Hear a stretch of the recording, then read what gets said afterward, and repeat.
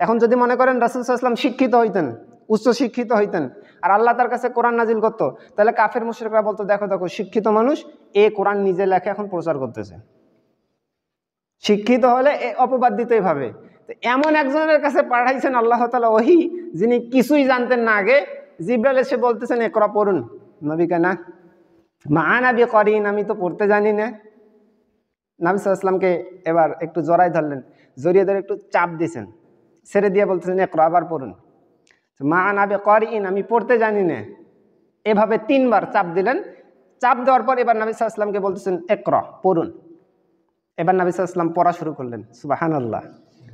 তিনি বলতেছেন ইকরা বিসমি রাব্বিকাল্লাযী খালাক, পড়ুন আপনার প্রভুর নামে যিনি আপনাকে সৃষ্টি করেছেন। খলাকাল ইনসানা মিন আলাক, যিনি মানুষকে সৃষ্টি করেছেন আলাকা, রক্তপিণ্ড থেকে। ইকরা রাব্বুকাল আকরাম, পড়ুন আপনার রব হচ্ছে মহিমান্বিত। আল্লাযী আল্লামা বিল কলাম, যিনি মানুষকে শিক্ষা দিয়েছেন কলম দিয়ে। আল্লামাল ইনসানা মা লাম ইয়ালাম, তিনি মানুষকে এমন কিছু শিক্ষা দিয়েছেন যা মানুষ জানে না।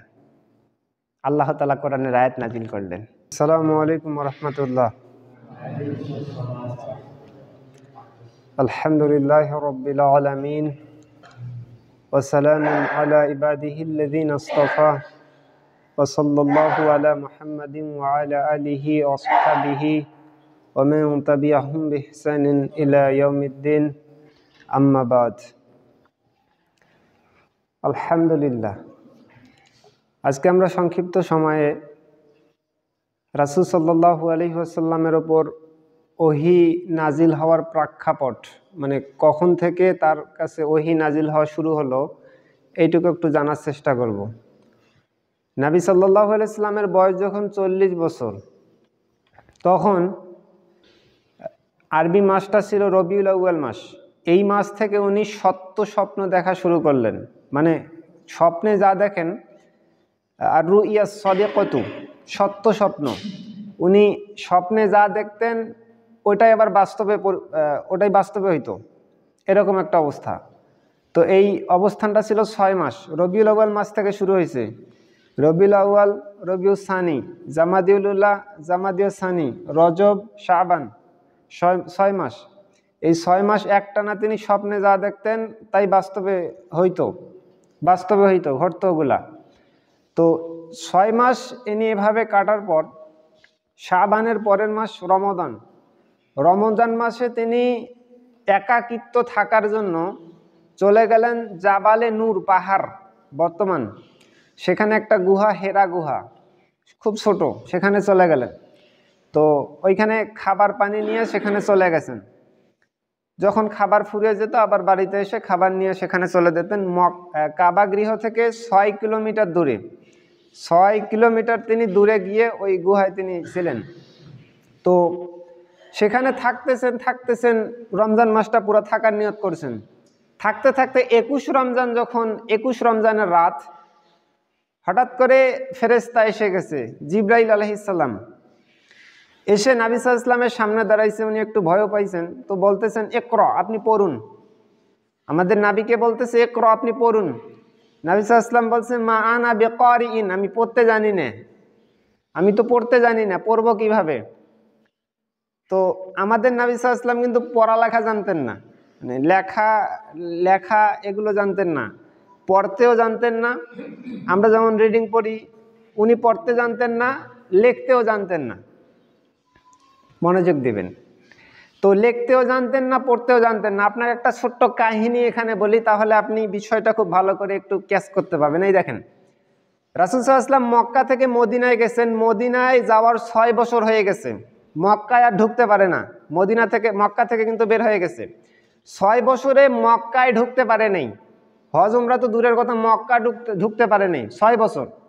তো তিনি একদিন স্বপ্নে দেখলেন 6 বছরের মাথায়, যে তিনি দেখতেছেন স্বপ্নে যে তিনি উমরা করতেছেন। তো সাহাবীদেরকে খুশি সংবাদ দিলেন যে সাহাবা کرام আমার, যে আমি তো স্বপ্নে দেখি উমরা করতেছি, চলো উমরা করতে যাব। 1400 সাহাবী নিয়ে তিনি 6 বছর পর নিজের জন্মভূমি মক্কাতে যাচ্ছেন। তো যখন যাবেন, ভিতরে ঢুকবেন, এখন মক্কার কাফের মুশরিক আছে, ওরা তো আর ঢুকতে দিবে না। এখন ওরা প্রস্তুত নবী সাল্লাল্লাহু আলাইহি ওয়াসাল্লামের সঙ্গে যুদ্ধ করবে। নবী সাল্লাল্লাহু আলাইহি ওয়াসাল্লাম উসমান রাদিয়াল্লাহু আনহুকে পাঠালেন যে তুমি গিয়ে বলো যে আমরা যুদ্ধ করতে আসি নাই, আমরা উমরা করতে আসছি, যুদ্ধ করতে আসি নাই, আমাদের এগুলো প্ল্যান নেই, আমরা জাস্ট উমরা করব, চলে যাব। তো উসমান রাদিয়াল্লাহু আনহু গেলেন, এখানে বায়াতের দন সম্পূর্ণ হয়েছে, অনেক কাহিনী, এগুলো ওইদিকে যাচ্ছি না, সংক্ষিপ্তভাবে বলতেছি, লম্বা এগুলো কিন্তু পুরো অনেক কাহিনী বড়। তো যখন উসমান রাদিয়াল্লাহু তাআলা আনহু গেলেন, ওদের সঙ্গে আলাপ আলোচনা করলেন, করে এখন কাফের মুশরিকরা অনেক ভেবে চিনতে একজনকে পাঠাই দিলেন, সুয়াইল বিন আমর নামে একজন কাফের। সে আসছে রাসূল সাল্লাল্লাহু আলাইহি ওয়াসাল্লামের কাছে, আসছে চুক্তি করবে যে আমরা আপনার সাথে 10 বছর কোনো যুদ্ধ করব না, আপনি মক্কায় ঢুকতে চাচ্ছেন ভালো কথা, কিন্তু এই বছর ঢুকতে পাবেন না, পরের বছর আপনাকে ঢুকতে হবে, কিন্তু সন্ধি চুক্তি করতেছে 10 বছর আপনার সঙ্গে যুদ্ধ বিগ্রহ কোনো আপনার সাথে হবে না। তো নবী সাল্লাল্লাহু আলাইহি ওয়াসাল্লাম বলতেছেন ঠিক আছে লেখো। লিখবে কে? আলী রাদিয়াল্লাহু আনহু। রাসূল সাল্লাল্লাহু আলাইহি ওয়াসাল্লাম লিখতে জানে না, আলী রাদিয়াল্লাহু আনহু লিখবে। তো রাসূল সাল্লাল্লাহু আলাইহি ওয়াসাল্লাম শিখাই দিচ্ছে, বলো লেখো বিসমিল্লাহির রহমানির রহিম। প্রথমে লেখা শুরু করছেন, প্রথমে লিখতেছেন বিসমিল্লাহির রহমানির রহিম।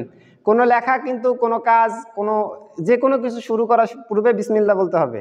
রাসূল সাল্লাল্লাহু আলাইহি ওয়াসাল্লাম চিঠি লিখতেছেন, প্রথমে বিসমিল্লাহির রহমানির রহিম লিখতেছেন। আমি 2021-22 সেশনে এইচএসসি পরীক্ষা দিছি, তো এখানে প্রত্যেকটা খাতার শুরুতে বিসমিল্লাহির রহমানির রহিম লিখছি। তো আমাদের অনেকের ভয় থাকে স্টুডেন্টদের যে হিন্দু স্যার পড়ে না কি, এখন খাতা কাটা দেয় না কি, একটা ভয় থাকে। তো তারপরেও আমি লিখছি, আলহামদুলিল্লাহ প্লাসের কাছাকাছি রেজাল্ট, কিন্তু আমার রেজাল্টটা ছিল ওই আমাদের কলেজের যে বিভাগ, কমার্স বিভাগ, এখানে হাইয়েস্ট রেজাল্ট ছিল ওটা, আলহামদুলিল্লাহ। প্রত্যেকটা খাতায় লিখছিলাম হাইয়েস্ট রেজাল্ট, আর ওটার কারণে আমি 25,000 টাকা আলহামদুলিল্লাহ পুরস্কারও পাইছি। তো প্রত্যেকটা খাতার শুরুতে বিসমিল্লাহির রহমানির রহিম লিখছিলাম। যাই হোক, তো রাসূল সাল্লাল্লাহু আলাইহি ওয়াসাল্লামও লিখতেছেন বিসমিল্লাহির রহমানির রহিম, চিঠির শুরুতে লিখতেছেন। তো এবার কাফেরটা বলতেছে যে এই রহমানটা কি? রহমানকে আমরা চিনি না, এই রহমান বিসমিল্লাহির রহমান, এই রহমান নামটা কেটে দিতে হবে, রহমান কেটে দিতে হবে। আল্লাহ কিন্তু কোরআনেও বলছেন কাফের মুশরিকরা রহমান নামটা, মক্কার কাফের মুশরিকরা রহমান নামটা তারা অস্বীকার করতো। আল্লাহ তাআলার একটা গুণবাচক নাম রহমান, এটা অস্বীকার করতো। আল্লাহ কোরআনেও বলছেন সূরা ফুরকানের মধ্যে, ওয়াইযা কিলা লাহুমুসজুদু লিররহমান, যখন তাদেরকে বলা হয় রহমানকে সিজদা করো, তখন বলে যে কলু মার রহমান, রহমান কি? মানে এখানে মান শব্দ ব্যবহার করে নেই, মা মা মানে হচ্ছে কি কি, খায় না মাথায় দেয়, মানে এমন একটা প্রশ্নের ভাব। রহমান কি জিনিস বুঝি না, মানে কে রহমান এমনটা না, রহমান কি, খায় না মাথায় দেয়, এমন একটা প্রশ্নের ভাব, কি রহমান চিনি না। তো তারা অস্বীকার করতো। রাসূলকে বলতেছেন আপনি রহমান নামটা কেটে দেন। তো আলীকে বলতেছে আলী কেটে দাও। তো আলী রাদিয়াল্লাহু আনহু কেটে দিলেন, দিয়ে এবার বিসমিকা আল্লাহুম্মা লিখলেন। এবার রাসূল সাল্লাল্লাহু আলাইহি ওয়াসাল্লাম আবার শিখে দিচ্ছে, এবার লেখো যে এই সন্ধিপত্রটা আল্লাহ রসুল মুহাম্মাদের পক্ষ থেকে, আল্লাহ রসুল মুহাম্মাদের পক্ষ থেকে। এবার সুহাইল বিন আমর, ওই কাফেরটা বলতেছে, হ্যাঁ আপনি আল্লাহ রসুল লিখলেন, চিঠিতে সন্ধিতে লিখলেন, কিন্তু আমরা তো বিশ্বাস করি না আপনি আল্লাহ রসুল। আমরা যদি বিশ্বাসই করতাম যে আল্লাহ রসুল আপনি, তাহলে আপনার সাথে তো আমার এই যুদ্ধ বিগ্রহ এগুলো হতো না, আপনার বিরোধিতা আমরা করতাম না। আমরা আপনাকে বিশ্বাস করি না আপনি আল্লাহ রসুল, আপনার আল্লাহ রসুল এই শব্দটাও কেটে দিতে হবে। আলীকে বলছে আলী, ফাকল আলী আলী, আলীকে বলছে আলী উমহু কেটে দাও। সহিহ বুখারীর বর্ণনা, সন্দেহ করার কোনো অবকাশ নেই।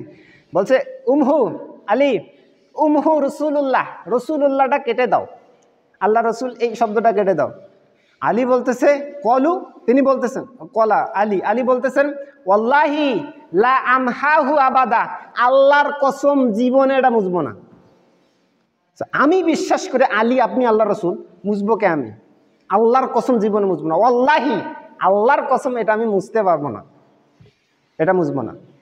এবার রাসূল সাল্লাল্লাহু আলাইহি ওয়াসাল্লাম কি করলেন? বলতেছে কলা ফা আরিনি, তাহলে একটা কাজ করো, তুমি এই আল্লাহ রসুল শব্দটা খাতায় তো আমি দেখতেছি, উনি লেখা দেখতেছেন, খাতা সামনে আছে, মানে যেটা লেখার দেখতেছেন, আল্লাহ রসুল কোথায় আছে, এই শব্দটুকু কোথায় আছে, ফারিনি এটা তুমি আমাকে দেখে দাও, ফারিনি এটা কোথায় আছে এটা আমাকে দেখে দাও। মানে উনি খাতাটা দেখতেছেন, লেখা দেখতেছেন, কিন্তু ওই শব্দটা খাতার কোন জায়গায় আছে উনি বুঝতেছেন না, উনি পড়তেই জানেন না। উনি এমনকি এটাও বুঝতেছেন না এই রসুল্লাহ শব্দটুকু খাতার কোথায় আছে। উনি বলছেন ফারিনি তুমি আমাকে দেখে দাও।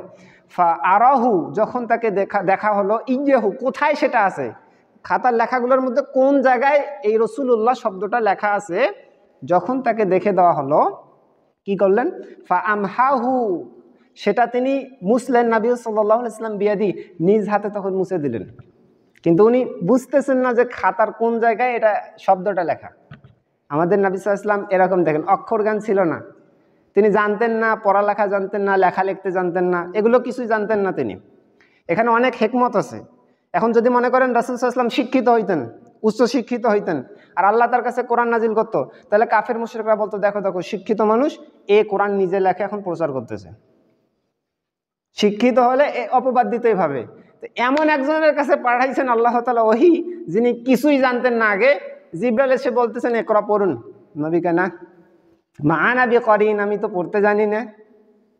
নবী সাল্লাল্লাহু আলাইহি ওয়াসাল্লামকে এবার একটু জড়াই ধরলেন, জড়িয়ে ধরে একটু চাপ দিয়েছেন, ছেড়ে দিয়ে বলতেছেন ইকরা, আবার পড়ুন।